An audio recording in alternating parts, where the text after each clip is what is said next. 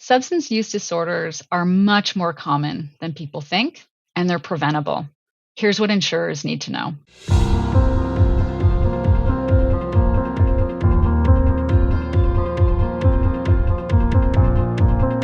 It's not often talked about in terms of the linkage between substance use disorders and mental illness. And what we do know, I mean, we're still learning tons about mental illness and SUDs. Like it's still the body of research is still emerging, right? But what we do know is that they regularly co-occur.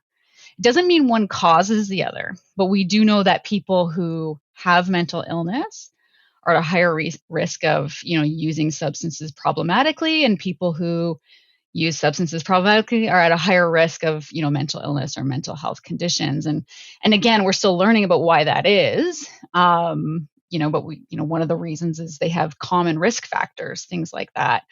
So yeah, I think we need to start thinking about these things as combined complex health conditions. They're not these standalone conditions that people have, right? Like we would never think of physical health conditions as like just diabetes or just cardiovascular disease. So why should we think of conditions of the brain that way?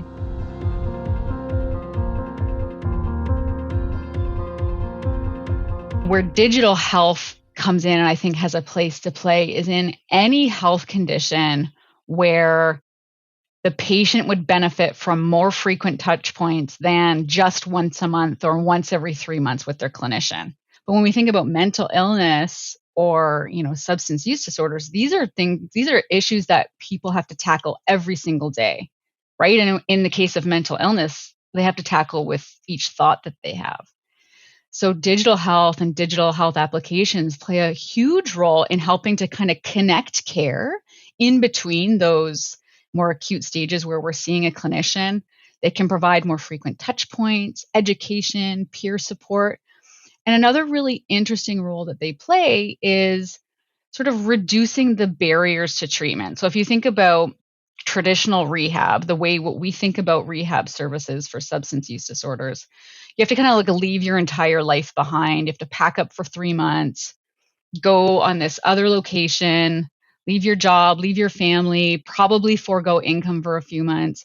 So the people who can make that sacrifice, it's just a huge barrier to go and do that. But by making these treatments digital and putting them on an app, it gets in the hands of people who would never go to traditional rehab, right? And it gets treatment in the hands of people earlier.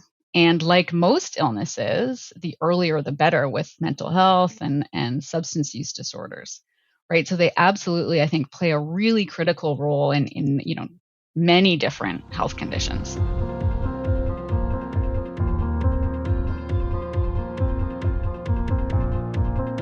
So digital health apps are really just a new important tool in a toolkit, right? Like you would never think you could solve just diabetes with just a drug, right? We would never think that. It's always a combination. It's a drug, it's health coaching from a clinician, it's changing your diet and exercise.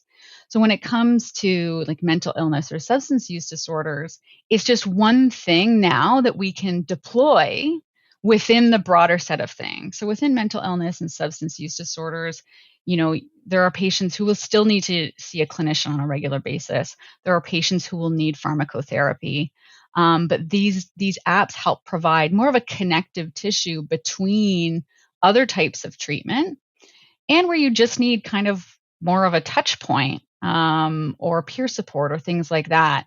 And then, there's other challenges with technology as well. Like there's, some folks, aren't comfortable using tech for this sort of stuff. There's, data and privacy issues. So it's not necessarily the holy grail, but it's just a new and important thing to add to the full toolkit that can be used.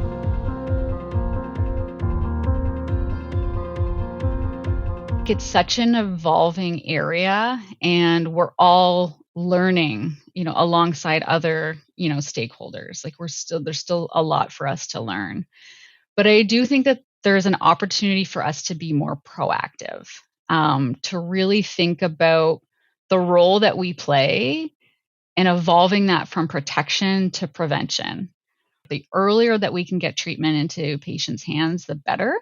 So we're starting to see insurers kind of dabble with putting these tools in customers' hands at claim time. And you are also seeing insurers dabble in the wellness space too. So they have wellness programs that incorporate elements like diet and exercise, physical activity, those sorts of things. And you're starting to see them incorporate components of mental wellness into those programs as well. But in terms of thinking more proactively, just maybe a couple of other points that maybe we're missing the mark on a little bit. And one of them is stigma. So, this applies to insurers, but also society as a whole. The society is getting much more comfortable with talking about and acceptance of mental illness, right? We've come a long, long way in the last 10 to 15 years or so around our understanding and acceptance of mental illness.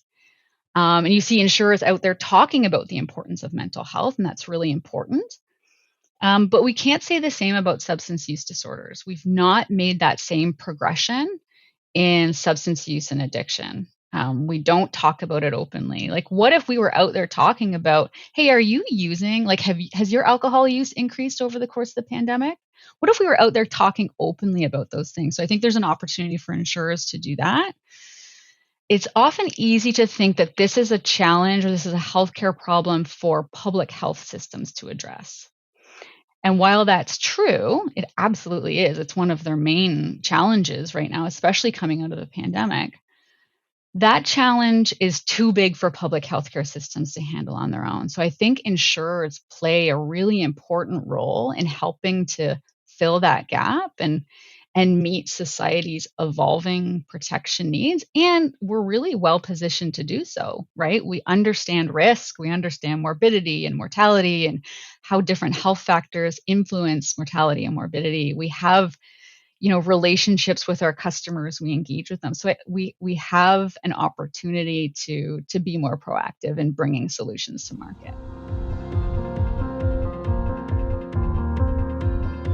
Insurers are really starting to look at wellness programs as evolving the business model of insurance and making it more of a shared value business where we are protecting your life and your protection needs, but in return, we're going to help you manage your health and live a healthier life, right? So both parties are winning in that arrangement. And historically, wellness programs have focused primarily on physical health, so physical activity, so rewarding things like steps. Even rewarding things like going to, get an assessment to measure your cholesterol and BMI and all those sorts of things. But we have started to see programs reward things like mindfulness sessions. So some big players are starting to reward you for every minute that you spend, thinking about the way that you think. Because mental health is so foundational to health in general and foundational to a person's ability to manage their own health. So to believe that you can make change and influence your own health.